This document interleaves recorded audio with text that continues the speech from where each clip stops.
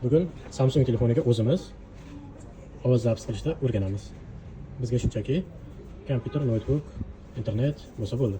Bugun Samsung A32 telefoniga ovoz zapsni yozamiz.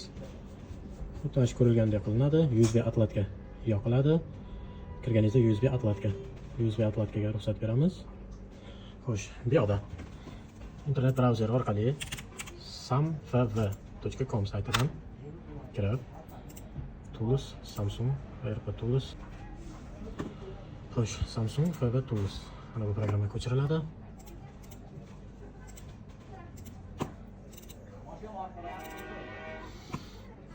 Bugun to'liq noldan ko'rsatishdi. Video qilib oldik. O'rnatildi bu programma. Net. Xo'p, demak, bizda USB atlatkani yoqdik.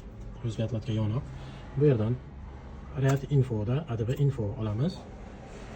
Va atlatkadan ruxsat so'raydi. Птичкani qo'yib, razрешить. Bu yerda mana telefonimizni ko'rsatdi. Samsung A32 va ovoz zaps qilish uchun MTP moduliga o'tib, Change KSK bosamiz. Bu yerda mana bizga ko'rsatyaptiki, har xil regionlar. Xo'p, bu yerda bizga endi mana bu spiskani ko'rib oling. Mana shu regionlarda ovoz zapslari mavjud. Xo'sh, bizga demak bu yerdan hozircha kerak Ukraina regioni. Ukraina. Eng birinchi ko'rganimiz shu bo'lgani uchun shuni tanladik. Va telefon o'zi avtomatik har xil amallarni bajaradi. Agar avtomatik amallarni bajarmasa, mana bu ekranda ko'rsatgan bunaqangi amallarni bajarib, ovoz zapsi o'rnatiladi.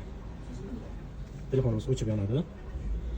Xo'p, agarda bu ko'rsatilgan amallar bo'yicha ovoz zapsi o'rnata olmasangiz, bemalol Telegramdan yoki Instagramdan murojaat qilsangiz, onlayn ulanib, onlayn o'rnatib berishimiz mumkin o'zimiz.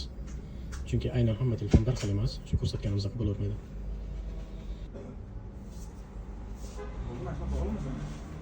Telefon yondi. Xo'sh, region almashgandan keyin qo'ng'iroqqa kirib, настройкasiga kirib, zaps vizit degan atlatka yondi mana.